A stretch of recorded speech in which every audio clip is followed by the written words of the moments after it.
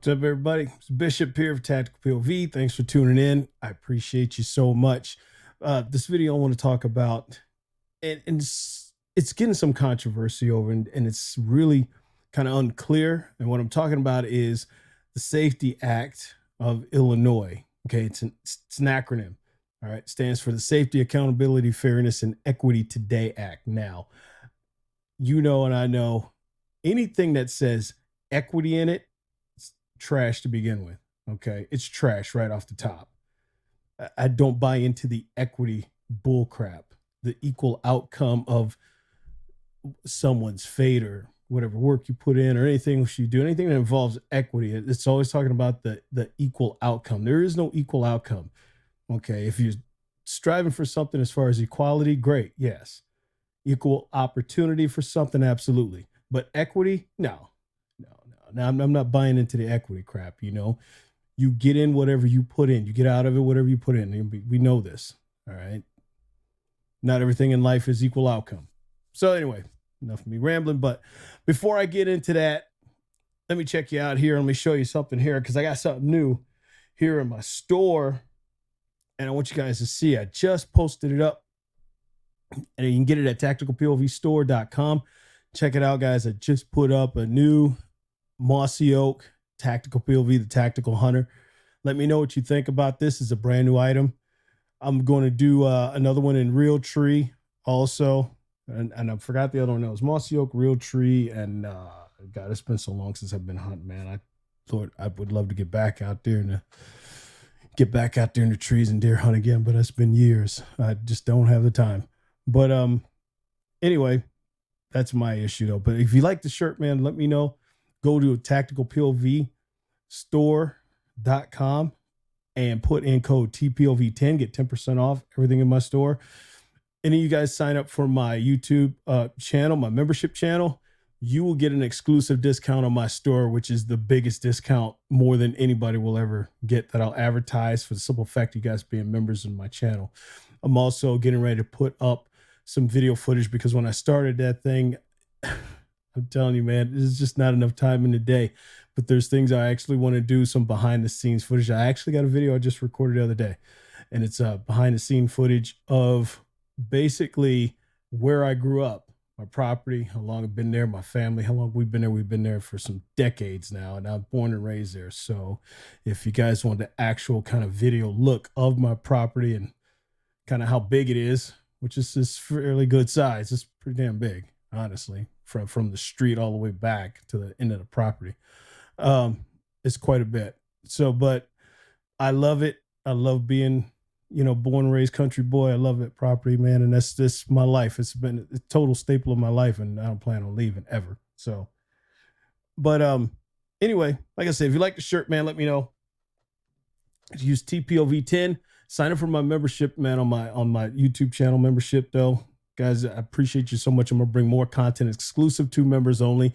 Definitely items. There might be exclusive items out of my store I'll bring there. You guys will still get the biggest discount that you will get anywhere as far as any discount code you get. It's only on my members channel. Okay.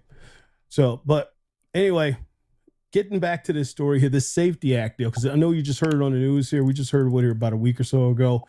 And then we're talking about the SAFE Act, and it goes into effect January 1st here, 2023, and what it entails. Now, yes, there's some confusion over this, and I'm trying to get it as clear as possible and kind of alleviate the confusion coming from the state and coming from whatever we see or what we read on this, okay? Or certain news outlets, take them with a grain of salt here, okay? Because they're not going to give you everything in context, so we know this. But this SAFE Act bill, I'm going to play a video here and let someone here explain it basically better than I can.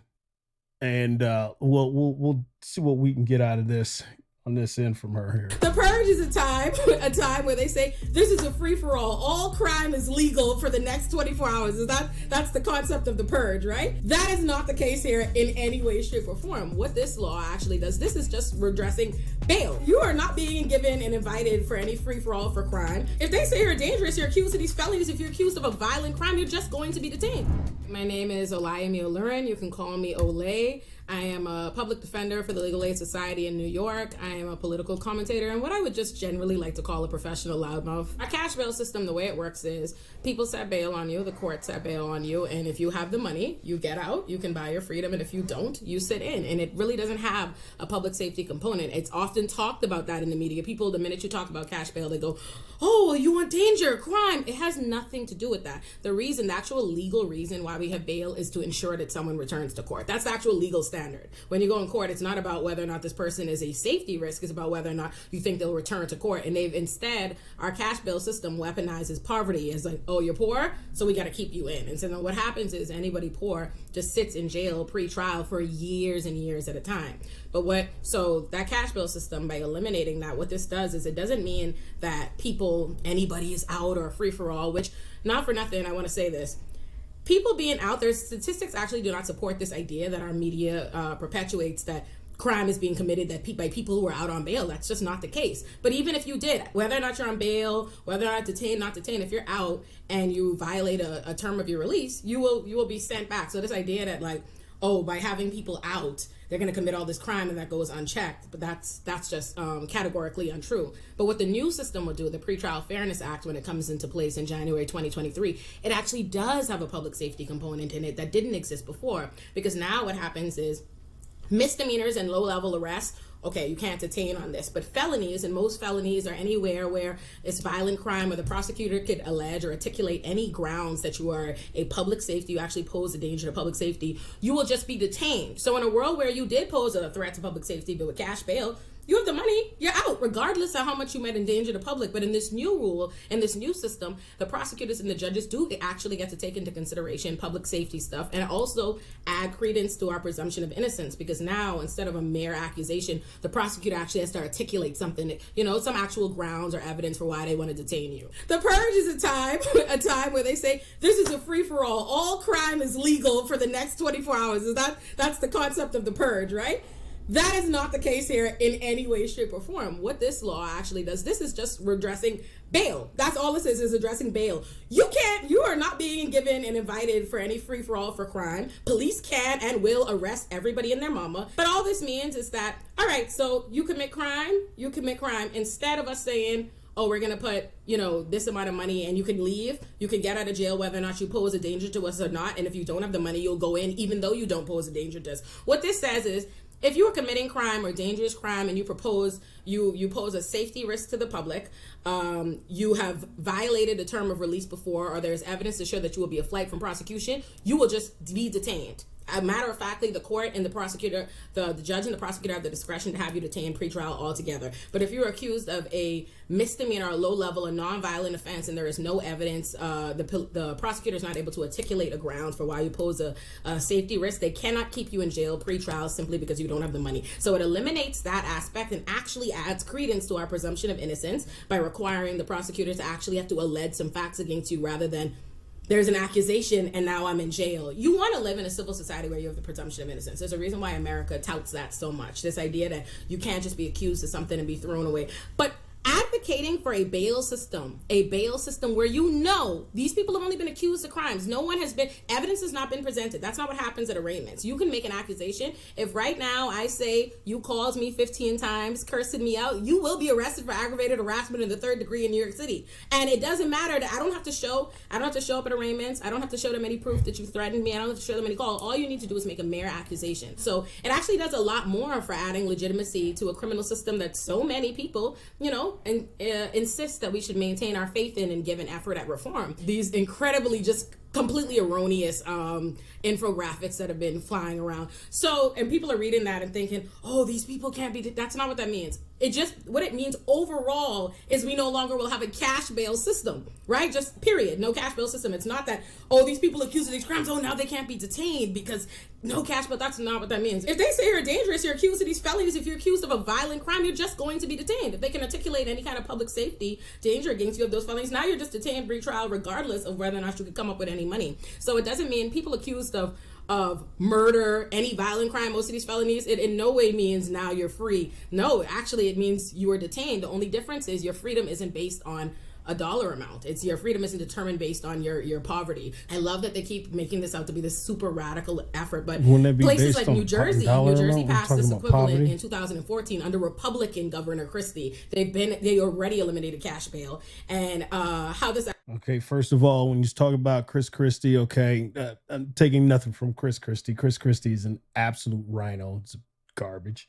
Actually works in application. It's just merely that most of these misdemeanors and traffic infractions and things that would never have been resolved with criminal cases, because I think that's the thing people don't realize so much about the system is most things would not be resolved in a criminal conviction.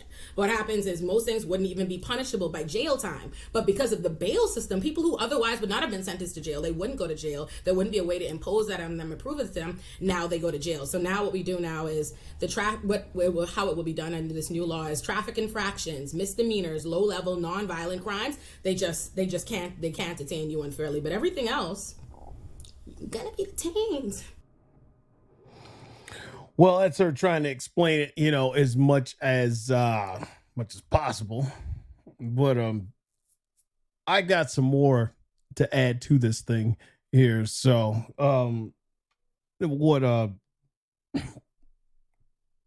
pause this thing. But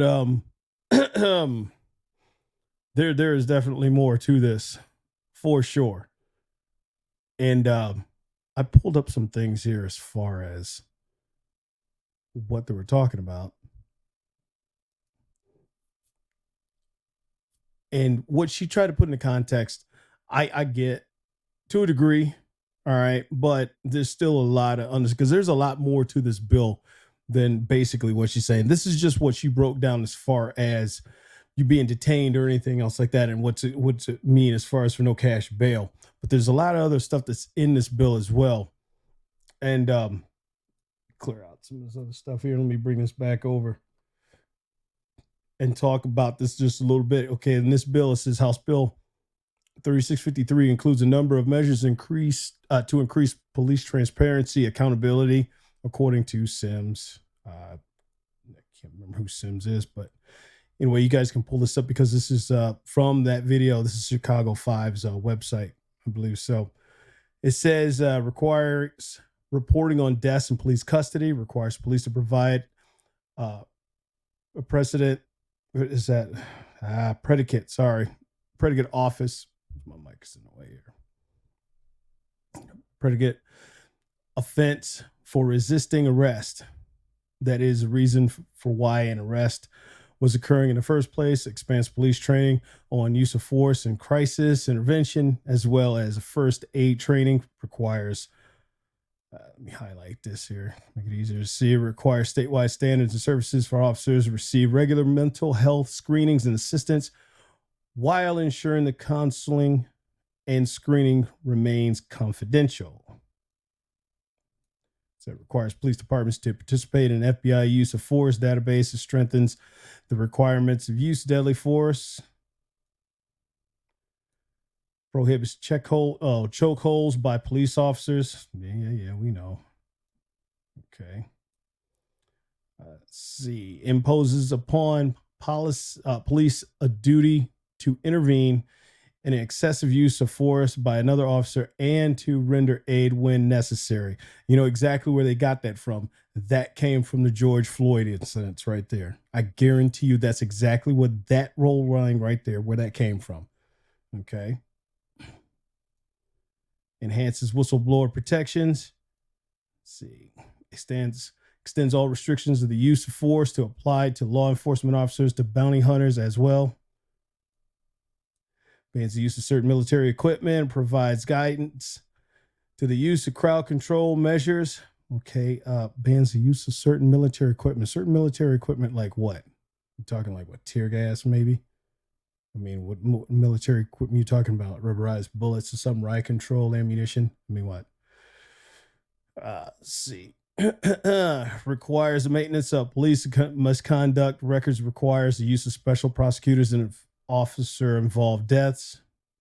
Pretty standard. Let's see. Expands the officer misconduct database. Removes police discipline from the collective bargaining process. Let's see. Requires use of body cameras statewide by 2025. So it removes the requirement of sworn affidavits for police misconduct complaints. Do you understand about that thing with the body cameras, though? Not every police department has body cameras. Not every single one. There are a lot of police departments out there that still don't have body-worn cameras. So, detainee, prisoner, and citizens' rights. Detainee. Let's see. Several measures of HB 3653 are aimed at reforming detainees and prisoner rights, and to ensure Illinois criminal justice systems are fairer, for everyone, Sims said in a statement. Amongst other things, the bill said increase services and programming for pregnant prisoners, and requires medical treatment of prisoners and detainees without unreasonable delay. That's a big section here. It's a whole big section here. Let's see. As new detainee rights when in police custody, including the rights to make 3 free phone calls within 3 hours of arriving at a police station and before questioning occurs. The ability to retrieve phone numbers contained in their cell phones contacts list prior to the phone being placed in inventory. Requires,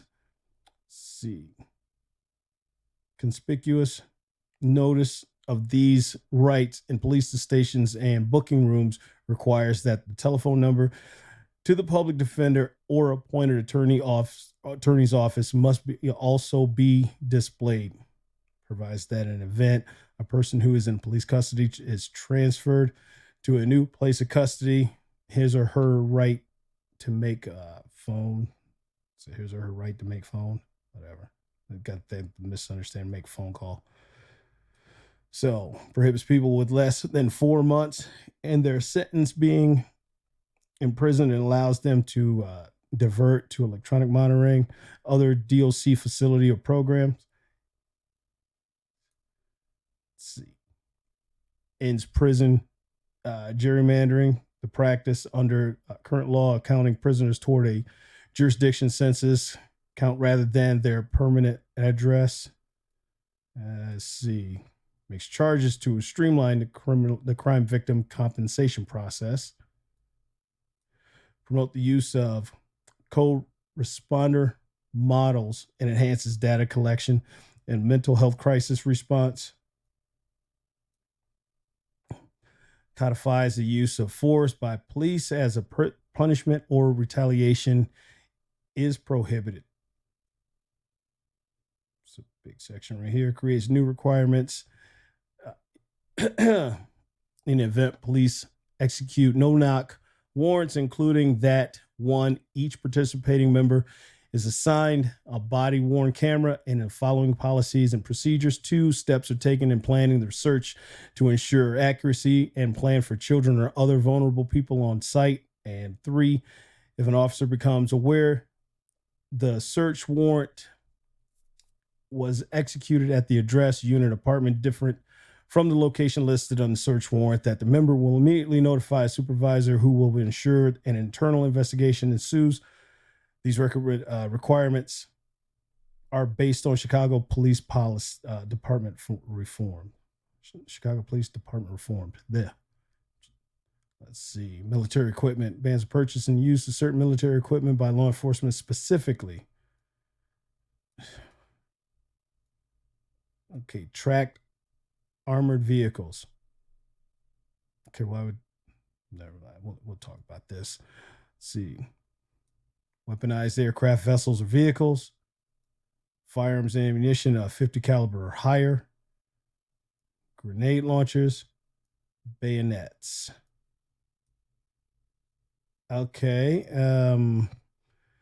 You've got some more you've got more involved in here, man. There's a lot to this deal. You can pull this out. I'm not going to read the rest of this stuff here. It's just this is just some of the top three because I mean you still got some more like court reforms, police. Was it licensure? At least I'm not going to try to even say that again. But there's a bunch of it left. So how does that answer a lot of questions here? Because I know there's another one here that came to a Facebook post here where it says, this is just a rough draft off the post. It's top 11 that comes off of here. It says Illinois Safety Act now, non-detainable offenses. Okay, now explain to me, because this is where the confusion comes in looking at this here. Where are these are non-detainable offenses here? Because the ones you see right here, and I can read them off right here, aggravated burglary, that carries I believe that carries a felony charge, aggravated DUI. That might carry a felony charge. It just depends on what level felony. Aggravated fleeing, that could be a felony charge too. I don't know if that's like an F3, F4, something like that. Arson, definitely a felony. Burglary, felony. Drug-induced homicide, felony. Okay. Intimidation, that can be a misdemeanor as well. Kidnapping, felony. Robbery, felony. Second-degree murder, felony for sure. Okay. Threatening public official, that could be a misdemeanor. So now how can you sit here and say this? Because like I said, this is where the confusion comes in at on this. Okay, when you see this, of course we can't believe everything that you see is posted on Facebook, obviously, but when you try digging into this thing here and getting down to the actual what the act is and things that are in that bill, then you have to start digging the stuff out. So I mean, if this is saying some of the stuff that's in that bill, how is this not a non-detainable offense? That's what I'm trying to get at here, because these are a lot of stuff I just read off, man, felony charges. So you can't say that's non-detainable. Hell yeah, those are detainable. Okay, you can be detained for that. Now they want to talk about as far as the level of each one of those charges. Then okay, now this is where the confusion comes in. You know, if it's a certain level of those charges where it's non-detainable, what the hell is not what levels are they? You know, they're not clarifying that at all. So I don't know. I don't know what to make out of this, man. I'm gonna take it with a grain of salt and take it as far as I can see it, that I'm not buying into it. You know what I mean? I'm just not. There's some things on there that they want to try to break it down and categorize it a certain way, and what she tried to explain it was. I'm like, okay, that's what you're trying to explain on one side of it though, but some of this stuff here, like I said, man, with robbery, I mean, what do you mean? What kind of robbery? I mean, here in Ohio, armed robbery, man, that's 8 years mandatory, you know, minimum mandatory is what it is. You commit armed robbery here in the state, man, you're looking at 8 years right off the giddy up. So, and as far as I know, that hasn't changed. But like I said, some of them like drug-induced homicides, burglary, arson. I mean, arson. What levels of arson are there? I mean, arson is still a felony. So how do you reach something that's non-detainable under a charge like that? Explain that to me, because that makes no sense. But anyway, guys, like I said, if you like the video, man, give it a thumbs up. Comment down below. Let me know what you think about this whole deal, because this is, I'm telling you, man, outside of what they're trying to push with this in Illinois, also remember, it's very hard to get a concealed carry license, and I still don't even think you can get one in, I believe, Chicago's in Cook County, I believe. And you still can't get one over there. I mean, as far as anywhere in the state, you can, but it's still a hard process to even get it throughout the state. But when you're looking at something like this, you got a lot of people, man, where you got public officials don't even want you to carry your protection. Okay, you're law-abiding citizen. You're going to have to deal with this right here. Repeat offenders here, man. And these repeat offenses right here, what they're talking about, this non-detainable, these things here, man, escalate to even harder crimes, even bigger crimes. But by then it's too late, you know? So what do you do? What do you do? I got another video coming up, man. Eventually I'm going to talk about how basically the governor of New York and mayor don't like you in New York. They don't like you. They talk about your safety and they want to keep you safe. They don't like you. Okay. And they don't give two craps about your safety. So I'm definitely have to go ham in on that, because that might turn into a two-parter. I might even do a live on that, because it's it's drug out. That if you didn't see it back here a couple weeks ago, man, it's kind of long. It's like about 44 minutes or so. But anyway, guys, don't forget to check out my store, Tactical POV Store. And in case you noticed, yes, I finally got it in, embroidered my hat here. Man, I'm so geeked up from this. This is all embroidered stitching here. This is the first of many that I'm going to post on my website. At my store, I'll have these in different color schemes. The other ones though, but it won't be in the black hat. They'll have to be in the white so the actual logo stands out. But I've got some more coming, guys. The stitching on this thing, man, is awesome. It is really, really good quality. This is the dad hat with the adjustable buckle in the back, 4-cloth panel, adjustable buckle in the back, the snap back, 4-cloth panel all the way around, snap back adjustment. And the trucker hat is the one where it's got the mesh back panel and snap back adjustment on it. But this is the dad hat. I like this one, man. I like it low profile. I like my bills bent in, dog. I can't get into that flat bill like that. My God, it drives me insane. I can't do that. Seriously, I like my bill. I like my duck billed in. That's how I like my hats. But anyway, guys, let me know if you like this video. I appreciate it, man. Give it a thumbs up. Don't forget to subscribe and join my membership channel. I'm going to put more content over there just for the members, okay? And the discount codes for everything in my store. Anything that's a special offer that's only going to be for anybody, my members, though. I'm going to make special stuff just for that you won't even see on my website, you know, because it'll be a link to get to it. It's not going to post. You won't be able to see it. You have to take it. You have to go to the link that I'll post in there for special stuff there, special shirts and different stuff like that, just in my membership channel, okay, on the membership side of this thing. So anyway, though, thanks for hanging out. Thanks for watching, man. I appreciate you so much, guys. Always, like I said, man, what's going on in the world today, you are responsible for your own safety. So make sure you get more training. I'll see you on the next one.